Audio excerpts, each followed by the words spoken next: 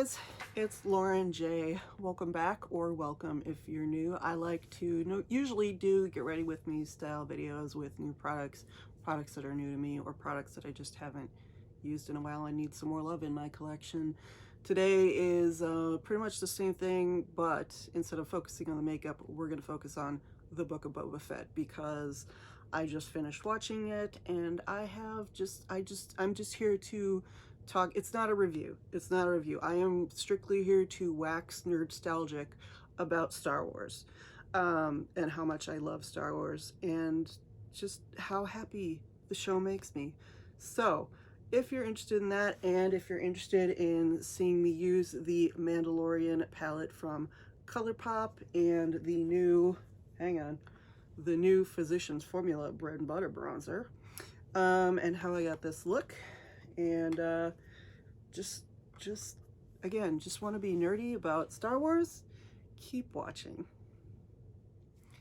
Hi guys, so barefaced again, and we're gonna talk about the Book of Boba Fett, because I just finished it this week, last week, whenever I'm posting this. It's probably gonna be up on Tuesday, so last week, Wednesday. So I just finished the Book of Boba Fett, and I've got thoughts, and I just want to talk about Star Wars. So, I have primed my face with the e.l.f. Cookies and Dream Putty Primer, and primed my eyes with the e.l.f. Putty Eye Primer in Cream. And we're going to use the Colourpop Mandalorian palette, because I bought this and I haven't used it yet. So here it is. And you've got the Mandalorian and Grogu up here, which I was going to use this anyway. I knew I was going to do a talk about the Book of Boba Fett and then use this palette, because Mandalorian armor, it fits, but also it fits. So, quick spoiler warning, I will be spoiling everything. So, if you don't want it spoiled for you, please don't watch. I have watched the whole thing. I might watch it again. I love Star Wars. I got a blabber mouth. I can't keep a secret. I'm just gonna talk about things. So, you've been warned. You know, I've pretty much gotten to the point in my Star Wars fandom where I'm just enjoying the ride. And, Disney's, that's some fallout. Disney's taking us on one.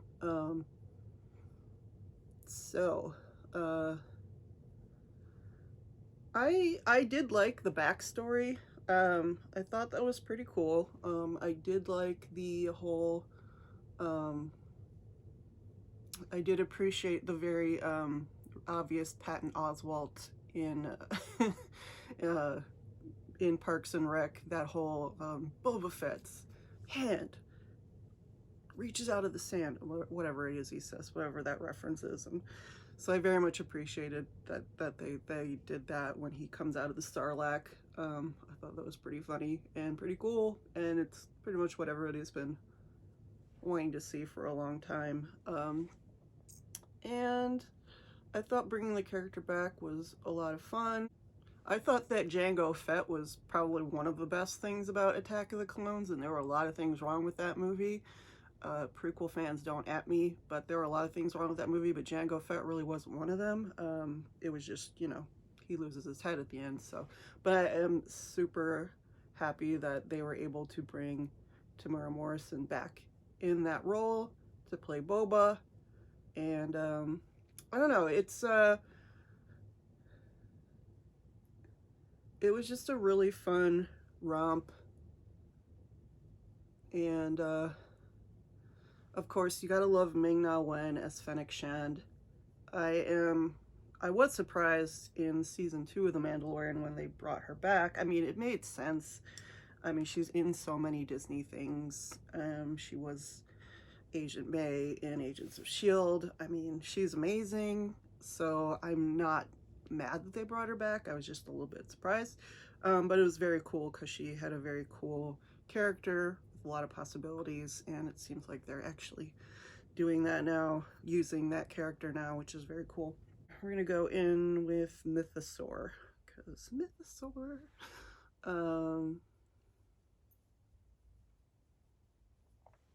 I'm actually kind of hoping, and it probably won't happen, but good, you never know. I'm kind of hoping they do a Boba Fett eye palette. That would be beyond awesome. Please, Colourpop, make that happen. I want it so badly.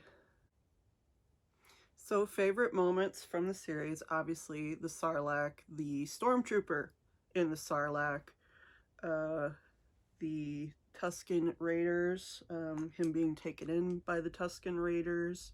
I thought the relationship with them was very cool. I liked how that came about. I liked that whole storyline.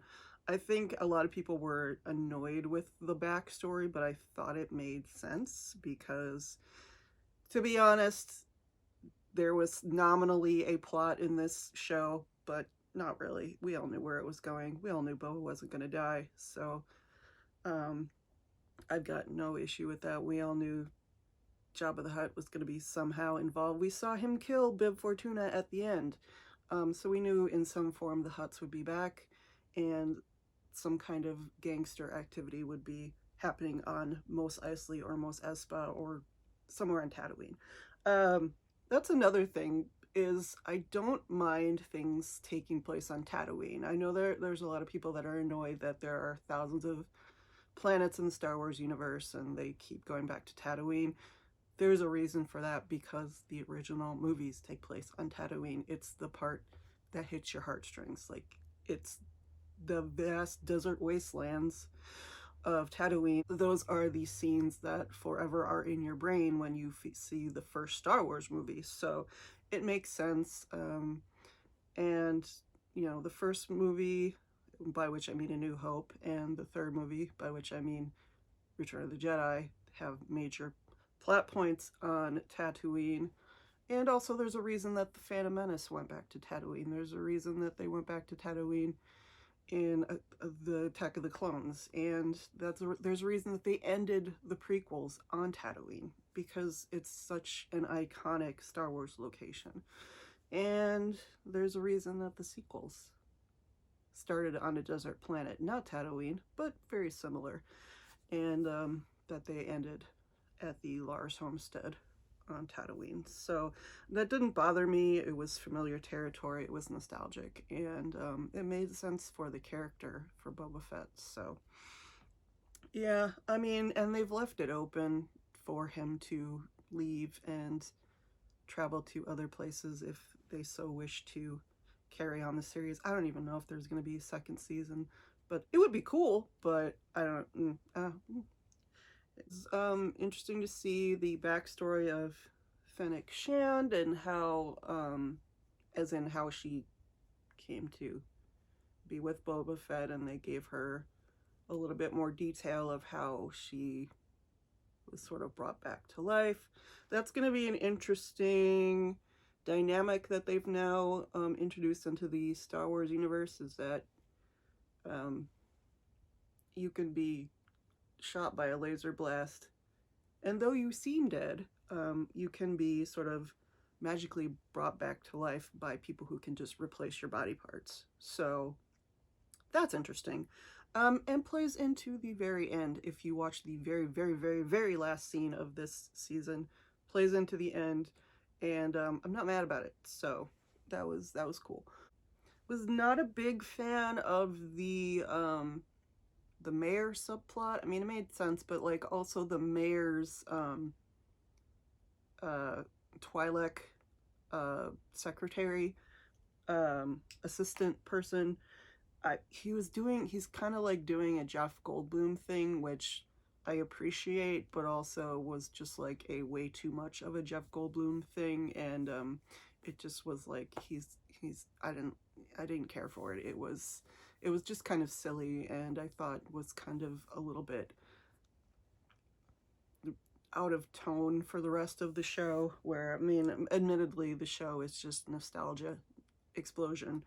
And maybe there isn't really a tone, but I thought with, I don't know, I just thought with the idea of the Western that it's kind of playing with, it was sort of it was just sort of a weird character. And I don't know that actor very well, so if he's been in other things, please let me know. It just seemed to me like a really weird Jeff Goldblum impression that wasn't working for me. So I don't know, maybe people loved it, let me know. But yeah, it was, I didn't really love the mayor subplot. It was just kind of silly. It's like, we don't need this. We know gangs run Tatooine. We know there's criminals involved. You could just take away all the subterfuge. We don't need it. I thought it was cool that they brought the Pikes back and that they sort of continued that from the Solo movie. I did like the Solo movie. I enjoyed that. I mean, the Pikes weren't my favorite part of it, but I appreciated that they, you know, brought them in and sort of explained how they were sort of tied in with the spice trade and all of that. So, you know, there's always a possibility that there could be a Han Solo cameo, but you got to remember that Solo takes place, I think, like 10 years before A New Hope, and that's like a different set of Pikes. And then, you know, this is taking place, I think it's like 5 years after Return of the Jedi. So it's just like there's like a 15-year different age span. So I don't know if they would bring Alden Ehrenreich in. I wouldn't mind seeing it again. I think that would be really cool. What do you want to do? I want to use Imperial Credit on the lid. So we're going to go in with that. Just going to do a nice gray and silvery look today. This is a nice, this could use a little bit of like glitter glue or Pat McGrath artistry wand, to be quite honest, but I'm just gonna go with it today because I'm not going to keep this on very long. I'm just kind of playing with the palette and seeing what it does. I thought the chase scene with the Twi'lek and or Twi'lek, is it I've always called it Twi'lek, I guess it's Twi'lek, whatever. By the way, Jennifer Beals, amazing performance. I was so upset when she got blown up. I thought she was amazing. I loved her character, and I wish they would have done more with her. But you never know, maybe they'll bring her back. They've established that you can now sort of just bring anybody back from the dead, even if they're not a Jedi, so there's that. The chase scene with the gang on their little motor scooters and getting the mayor's assistant, I think it was supposed to be funny. It was kind of funny. I don't think it was supposed to be suspenseful. It was just a very low stakes, slow chase, which I was just like, okay, yeah. I mean, it was a Robert Rodriguez directed episode. This is, you know, he's known for doing strange things in movies and TV. So, I mean, yeah. I don't know. It was a sort of a low light, but also just very amusing to me too, because I think it was intentional. I kind of hope it was intentional, because if it was supposed to be like suspenseful, it otherwise it just didn't work. If it wasn't supposed to be funny, it just didn't work for me, but it worked for me as comedy. Danny Trejo showing up as the Rancor Keeper, and all the stuff that happens at Jabba's palace was so cool. Because Return of the Jedi is one of my favorite movies ever, and it's my favorite of the original trilogy, I really appreciated all the stuff that happened in Jabba's palace. I loved all those scenes, and I loved that the Hutts gave him a Rancor. That was just so funny. I thought it was hilarious, and that Danny Trejo is and the internet is right. It just makes way too much sense that Danny Trejo is a Rancor Keeper in the Star Wars universe, and that is incredibly awesome, and I think it's just great. I don't know, I just want to geek out about things that I noticed and that I can share with other Star Wars fans that they would know, and I'm not sure that I got all the references, but I'm pretty deep into Star Wars lore. Yes, I am that much of a nerd, but just about Star Wars. Well, about other things too, but mainly about Star Wars. So I probably didn't get all of the early, like, Mandalorian, Boba Fett references, but I think I got quite a few of them. The way that they work things in like that from just Star Wars lore, the old expanded universe and things like that, I think is just really cool and very respectful of the fan base, and I appreciate it. The Rancor, definitely. I love that he was like, I want to ride it! I was like, same. Not really, because it's a Rancor, but if I was Boba Fett, same. Because that was just very cool. And I love how it got called out that he's gotten soft in his old age, because I know that was like criticism of the show, was like he's too soft, and he's just like, yeah, it happens. It happens. We all get soft in our old age, and he's not wrong. Maybe not for everybody, but mostly he's not wrong. And then all the people who thought that Boba Fett talked too much or that he was in too much of the show, well, you had 2 frickin' episodes where he just completely disappeared. So basically we got Mandalorian season 3 for 2 episodes, well, maybe 3 episodes, but it was weird. It was weird, I'm not gonna lie. It was great when the Mandalorian showed up, but it was weird that Boba Fett was not in the first episode that the Mandalorian shows up, and that he was in the second episode of the Mandalorian centered episode for about 5 seconds when it's called the Book of Boba Fett. It was just like, is Boba Fett gonna show up at any point? And no. Baby Yoda and Luke Skywalker and Ahsoka Tano and Cad Bane.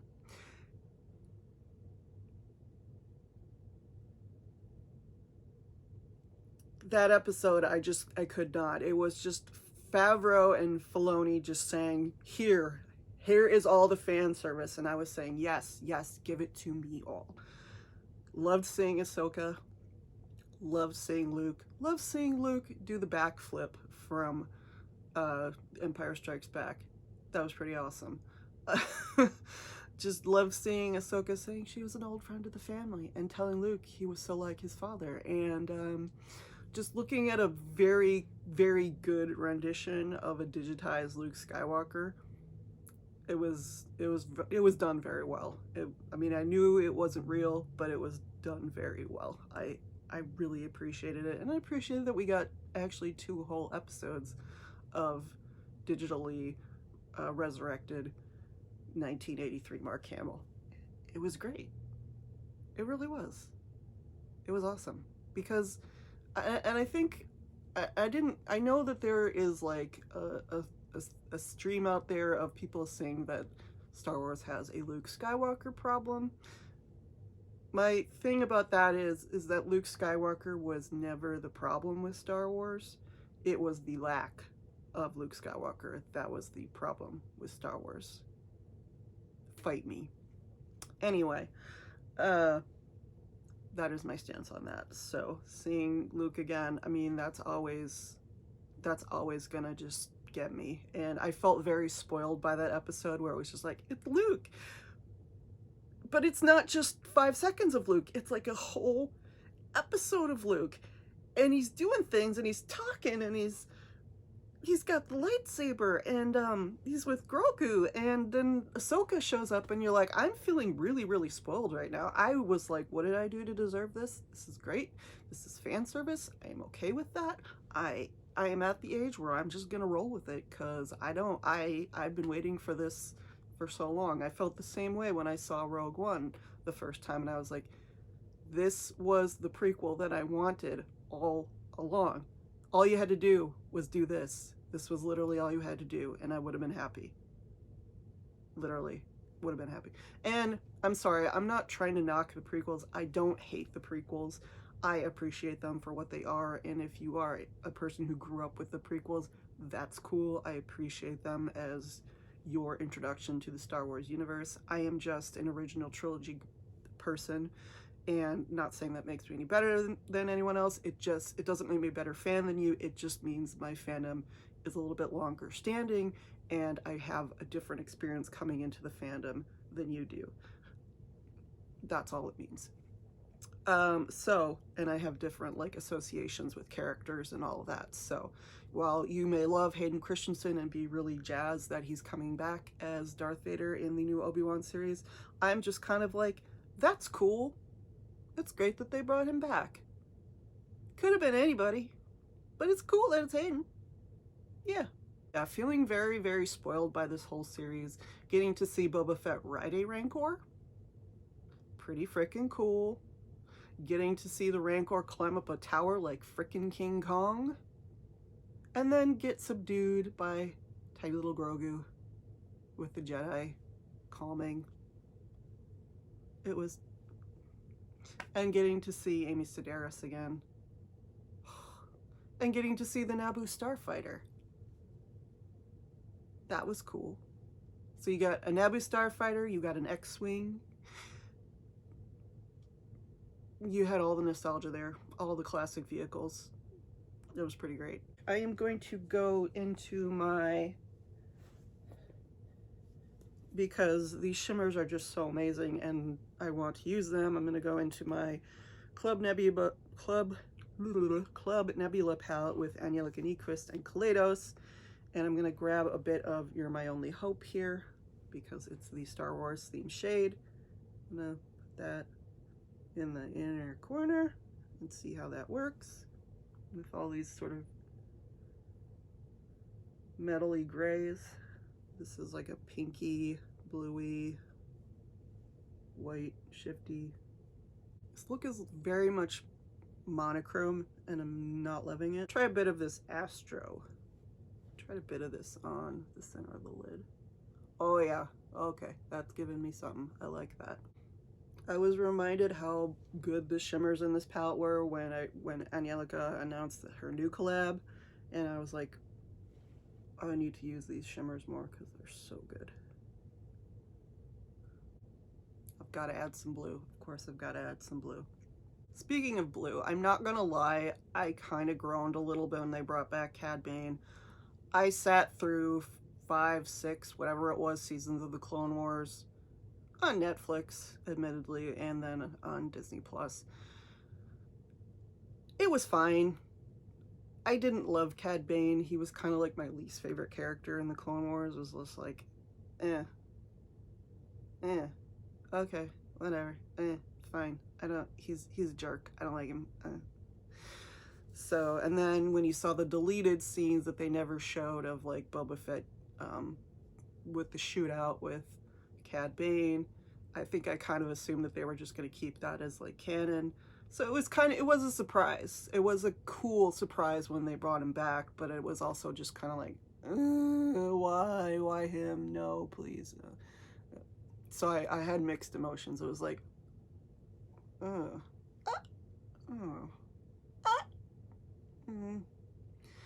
I didn't really have any issues with the way that he was portrayed in live action. I don't know if he was mostly costume or mostly digital. I don't know. People have issues with that. I don't really care. Not my favorite character. Glad he's dead. Glad Boba killed him. That's all I gotta say about that.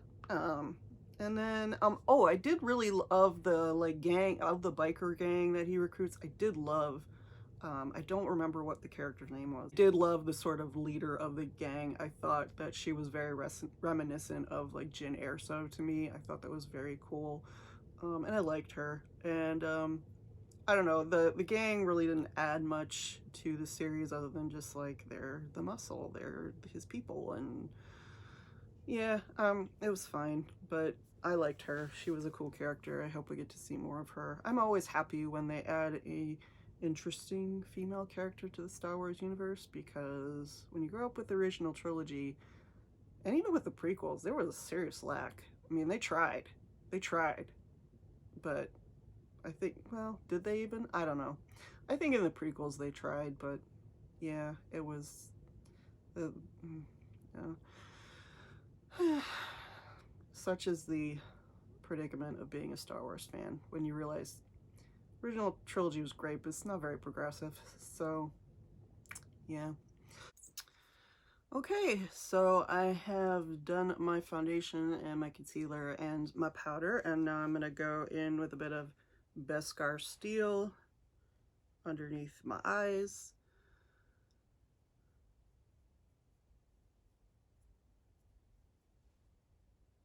Yes, and it did super bum me out that they killed off, quote unquote, Cobb Vanth. It was cool that they brought him back.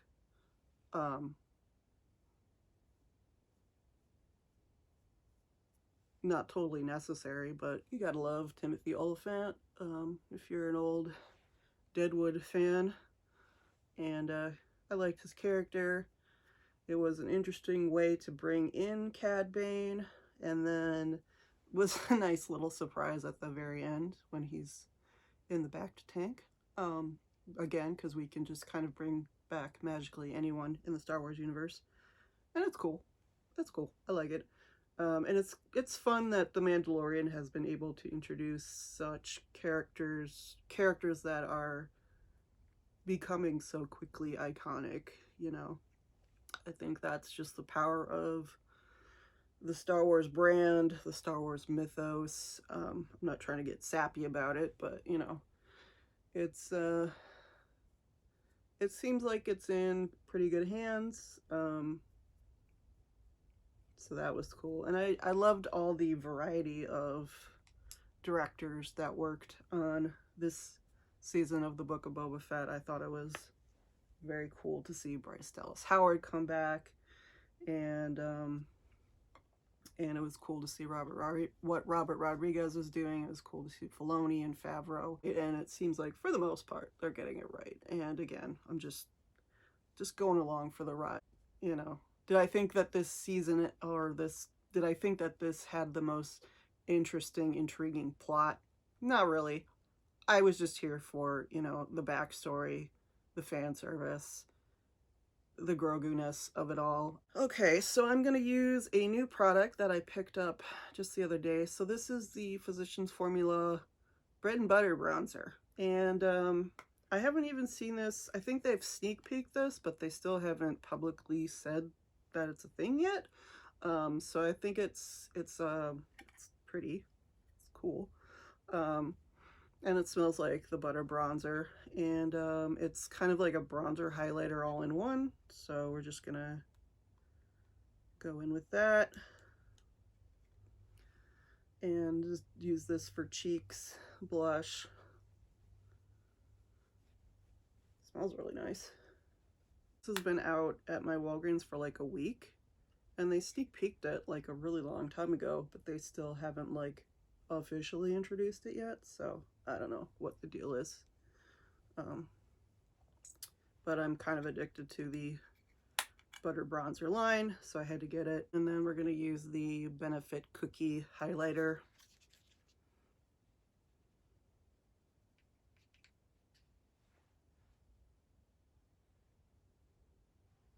For a super Star Wars glow. They will see you from space in this.